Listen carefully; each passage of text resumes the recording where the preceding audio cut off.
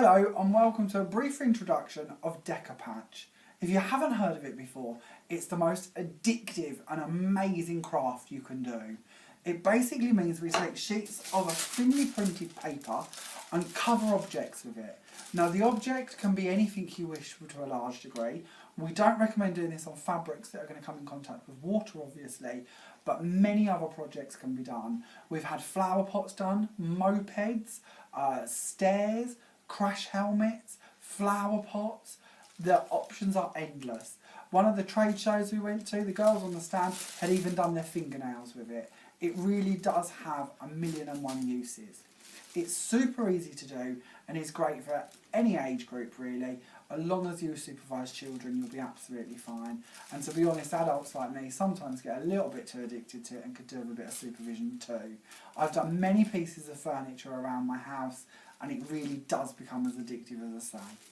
So how we actually use the product is we have our glue, which is going to be our base, and our varnish in one. The glue comes in several different size pots, so depending on your level of possible addiction, you can save an awful lot of money by going for one of the bigger jars of this. But one of the little pots like this, you'll be surprised just how much you get out of it and how many products and projects you can do with this as it is. So we just take the lid off and the glue is just an ordinary white glue. It dries clear. They do their own brand of paintbrush and I would highly recommend these. You'll find that the bristles don't come out. Because it is a glue product, these bristles have been really well attached inside here so that they don't keep coming out on your work. I have tried it with other brands of brushes and get incredibly frustrated that I keep having to hook off the bristles with a pair of tweezers. So what we're going to do is we're just going to take the glue, and I've got one of our letters here. These come in the whole alphabet in a couple of different sizes. All we're going to do is just cover a little bit of this with our glue. Now the sheets themselves, you have many ways in which you can use them. I tend to quite like using mine as a completed sheet, so in which case I would paint a good sort of half of this letter and then place on top my paper, and then I would just take the glue and go over the top of it. And then after this I would cut round the area I've covered and reveal the piece that's done. So that's the first level. That will now seal this and give it a nice finish. You can just leave it, it shouldn't take too long to dry. If you wish to, you can then fold it and work around the remainder of your letter as well. We can just snip this in and continue round, if that makes sense, covering our letter if we wish to. It's such a pliable paper and so many ways you can use it, but that's, as I say, the way I tend to use it, because I quite like the fact then you end up with your letter and the pattern complete.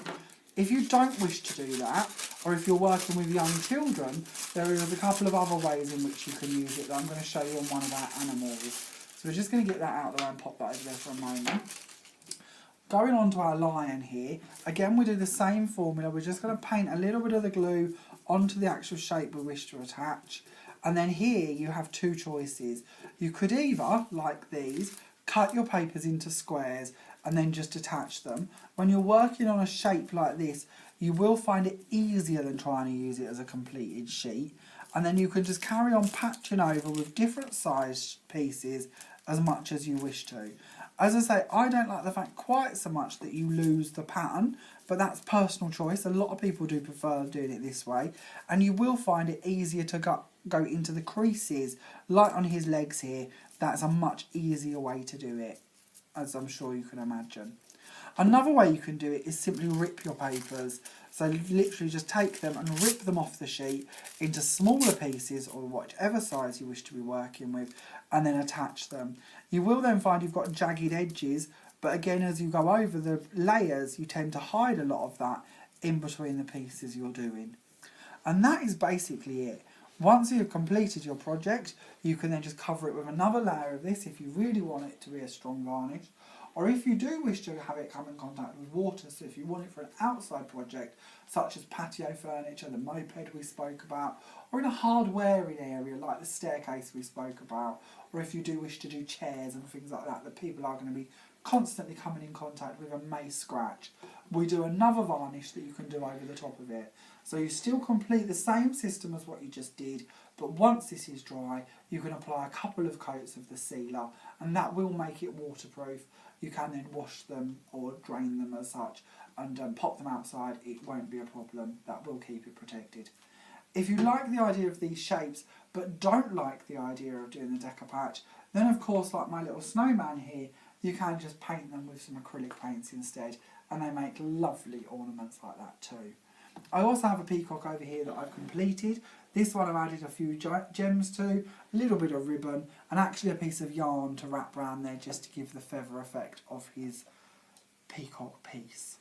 We also have a few here that have been done on one of our kids' days. So we actually opened up the store to have some children come in and do some of these. These are 4 to 5 year olds, and you can see they've done one with maps, one with words, and one of our little roses as well. So it's great for kids to do. And one of the best bits about it is if they don't like what they've achieved and you do wish to do it again over the top of it, there's no problem with that. Just let it dry, pick a different paper if you wish to, and cover over it again.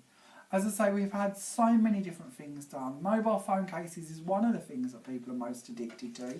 One of the sales reps for this company actually did his car. Again, because it is waterproof, there is a lot you can do with it. We have these free leaflets in the store that you can collect. And in here you can see that people do furniture, as I say, their cars, phones, vases, notepads. I've done a couple of chairs in my house, as well as a couple of side units, picture frames. There's loads you can do with these, and you will now start hunting charity shops looking for furniture and lampshades and things like that that you can do with it. It does take over, it does become an addiction. But one of the bits I like most about it is you can do a complete theme of a colour through a room, for instance.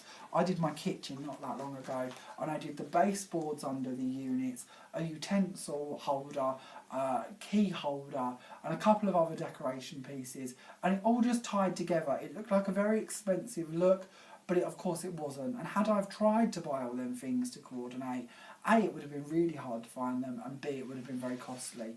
Well, with this product, you can tie them pieces together and get an expensive look cheaply and incredibly fun. It really is a great laugh to do this one.